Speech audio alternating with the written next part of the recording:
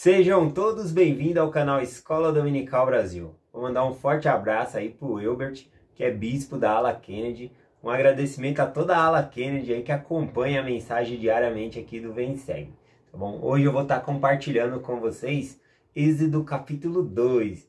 Esse capítulo ensina muitas coisas para nós. Começa aqui falando sobre o nascimento de Moisés. Aliás, quando Deus ele quer mudar alguma coisa ali, a gente pode observar mesmo pelas escrituras. Quando ele quer mudar algo, ele faz nascer uma criança, alguém por quem vai vir essa mudança, tá bom? Então é algo para a gente prestar atenção daqui para frente. E desta vez, o povo está oprimido ali no Egito e Deus ele faz nascer ali então Moisés para libertar o povo. E nasce em meio à oposição, porque na época em que Moisés ele nasceu, teve ali o decreto, né, do faraó, que era para matar todas as crianças, né, pequenininha que nascesse daquele tempo em diante. Então, Moisés ele teve que ser escondido. Ele foi escondido ali por um período de 3 meses, né, foi escondido ali para que não o achasse. Mas depois de 3 meses, a sua mãe, ela faz um cesto, né, ela betuma esse cesto. Aliás, esse cesto, né, tá na tradução cesto, mas é a mesma palavra que é escrita a palavra arca, tá? É como se fosse uma arquinha, né? Mas é um cesto, na verdade, é bem pequeno, mas é a mesma palavra em hebraico que era a arca de Noé lá, tá bom? E é bem interessante porque nas histórias que nós vemos em filmes ou desenho, a gente vê ali que esse cesto, né, a qual é posto Moisés ali, eles colocam na beira do rio e soltam, né, para ir levando. Mas não é isso que está nas escrituras, tá bom? Nas escrituras fala que Miriam, né, ela coloca entre alguns juncos, né, deixa eu ver a palavra certa aqui, nos juncos à borda do rio.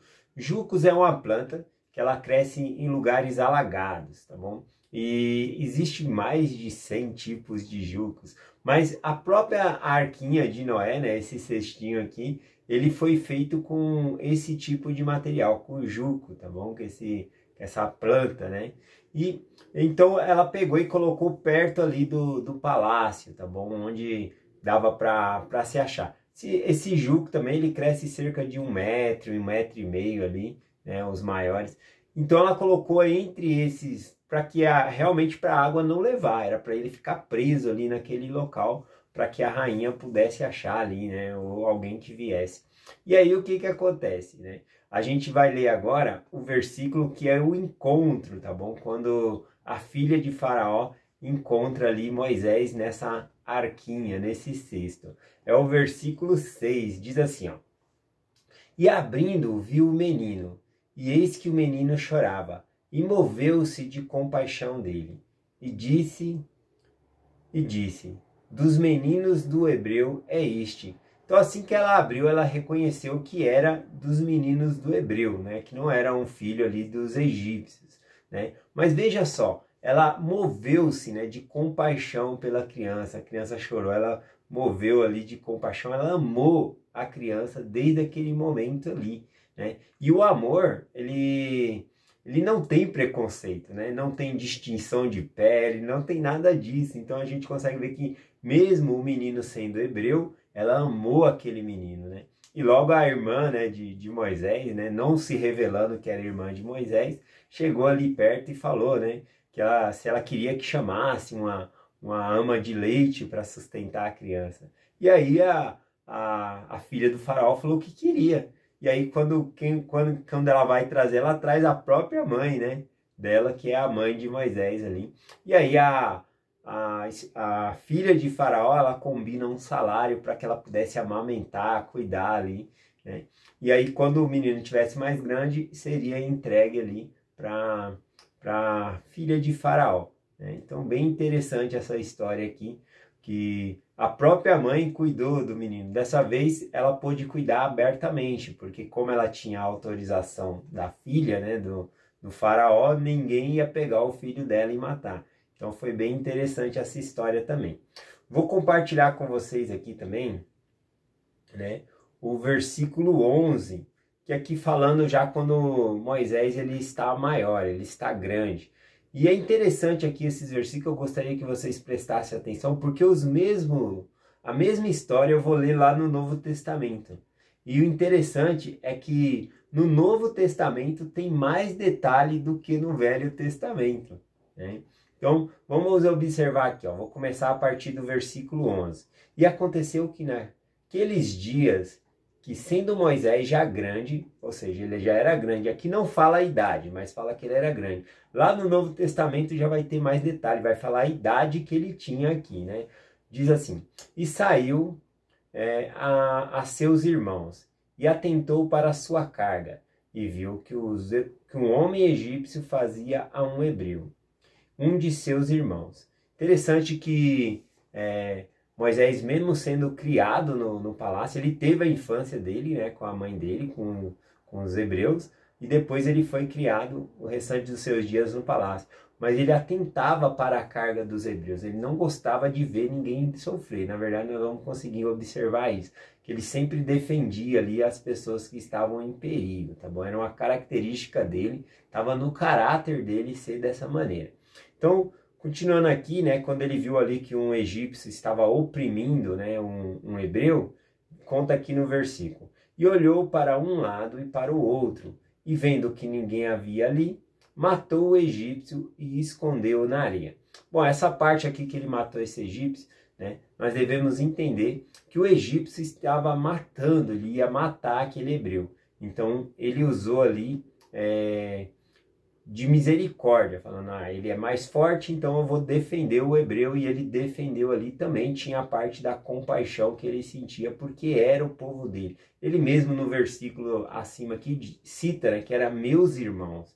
Então, apesar de ser criado no palácio, ele tinha ciência e amava o povo hebreu, que ele tinha raiz ali, né? Então, ao defender ali o hebreu, ele acaba matando ali, né, o egípcio, tá bom? Mas a morte do egípcio foi para não ocasionar a morte do hebreu, que certamente ele morreria. Continuando o versículo, diz assim, após ele esconder, né, o corpo na areia, no outro dia seguinte, conta assim, ó, e tornou a sair no dia seguinte, e eis que 2 homens hebreus contendiam, e disse ao agressor, por que feres ao teu próximo? O qual disse, quem te pôs por príncipe e juiz sobre nós? Pensa matar-me como mataste o egípcio? Então temeu Moisés e disse, certamente isso foi descoberto, né? E ouvindo Faraó a esse respeito, ele tentou até mesmo matar Moisés ali, mas Moisés foge, né? Então a gente consegue ver essa história aqui do jeito que ela é o desenrolar. Quando ele chega lá, né, em Midian, que ele foge para Midian, né? E aí ele chega lá, o que acontece? As filhas de Jétro, elas vão até um poço para dar água, e tem uns pastores mal ali que ficam expulsando elas. E ali Moisés, ele defende, né, as meninas e dá água de beber ali pro rebanho, né, das moças. Então, está na característica de Moisés. Podemos observar que ele defendeu ali, né, o egípcio. Depois ele defendeu uma briga que estava tendo entre os próprios hebreus. E isso era muito triste, né? Ele viu os próprios hebreus se atacando. Ao invés de eles se juntarem, né, para criarem força para sair da escravidão, não, estavam lutando um contra os outros. Isso é terrível, tá bom? Nós não devemos ser um contra os outros, não é esse o nosso propósito. Então nós vemos que Moisés, ele estava sempre procurando defender, ajudar. Tá bom? Agora veja esse relato pelo Novo Testamento, como ele é mais rico de detalhes e também interpretação. Eu vou pegar aqui em Atos capítulo 7, que fala sobre o testemunho de Estevão. Estevão, ele era um homem cheio do Espírito do Senhor. Quando os apóstolos precisou de alguém ali para cuidar das viúvas, né, da parte financeira da igreja para ajudar os pobres e necessitados, eles escolheram 7 homens. E o requisito era que esses homens fossem cheios do Espírito de Deus. E Estevão era o principal entre eles, né? Escolheu Estevão, inclusive, ele fazia muitos milagres. E no Novo Testamento aí ele foi também o primeiro mártir, né, na igreja de Cristo, que morreu por não negar o testemunho de Jesus Cristo ali também, tá bom? Então Estevão, ele era cheio do Espírito Santo, ele explicava as Escrituras muito bem. conta, né, nas escrituras que ninguém podia contender com ele nas escrituras, porque ele entendia muito bem as escrituras. E ele falava com poder e autoridade, né? Então as pessoas não conseguiam resistir a ele quando ele estava falando. Tá bom? Então vamos lá, o que Estevão falou a respeito de Moisés. Olha só os detalhes. Diz assim, ó. E Moisés foi instruído em toda a ciência dos egípcios e era poderoso em palavras e obras, né? Já conta aqui da instrução, como ele era inteligente, como ele foi educado, né? Ele ganhou ali educação dos egípcios. Então ele como se fosse formado lá, né? Ele sabia ler, sabia escrever, todas essas coisas.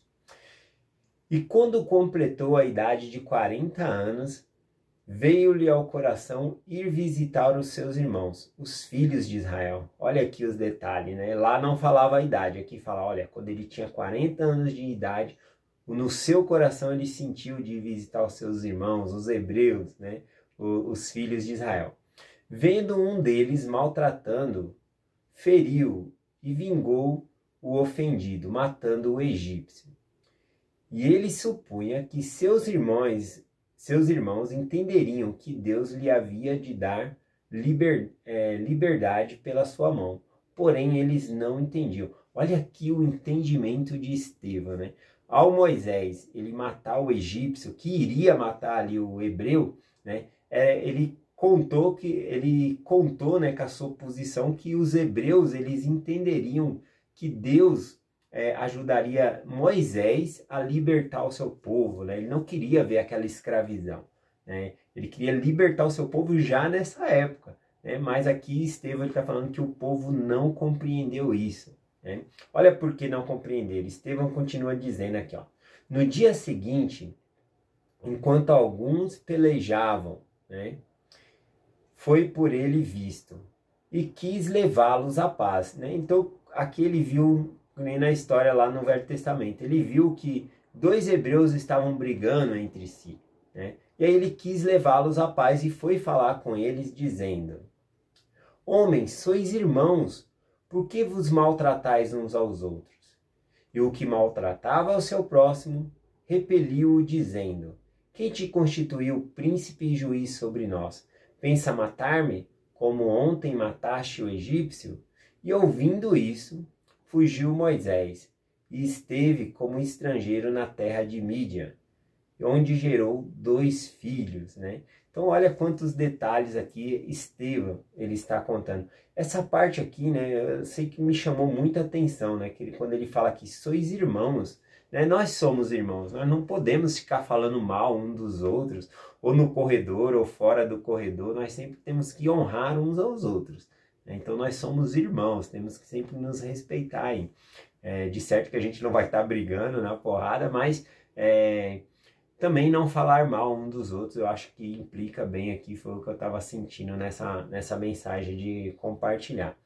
Também, falando sobre Moisés, olha só os detalhes que tem da história de Moisés. Aqui Estevão ele vai continuar a história, né? Mas aí vai estar pulando já para o capítulo 3, e aí eu deixo para amanhã. Hoje eu estou compartilhando sobre o capítulo 2 de Êxodo, tá bom? Em Hebreus, também falando sobre Moisés, olha que interessante, Hebreus capítulo 11, a partir do versículo 23.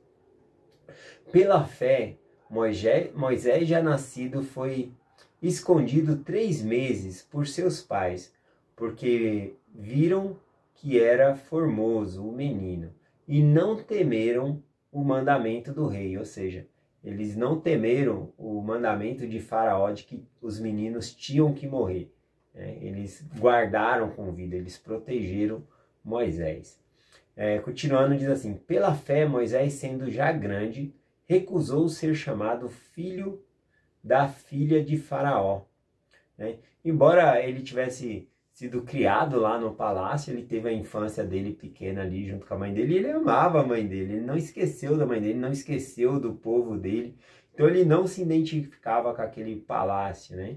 E também, por o amor que ele tinha à mãe dele, que ele sabia que era a mãe dele verdadeira, acabou que ele não teve esse sentimento todo pela egípcia, né? Como está escrito aqui. Na verdade não está escrito aqui, eu estou interpretando aqui por conta da maneira que está escrito, né? Mas quando fala aqui que ele ele recusou ser chamado filho da filha de Faraó, também ele está recusando aqui todo aquele luxo do palácio, né? Ele se sentia mal, tá todo naquele luxo ali, né? Os escravos trabalhando para manter aquele luxo, ele se sentia mal. Ele queria ir visitar os seus irmãos, conforme disse o Estevão disse, né? Então a gente consegue observar o amor que ele tem à sua genealogia, aos seus parentes, né? A toda a casa de Israel ali.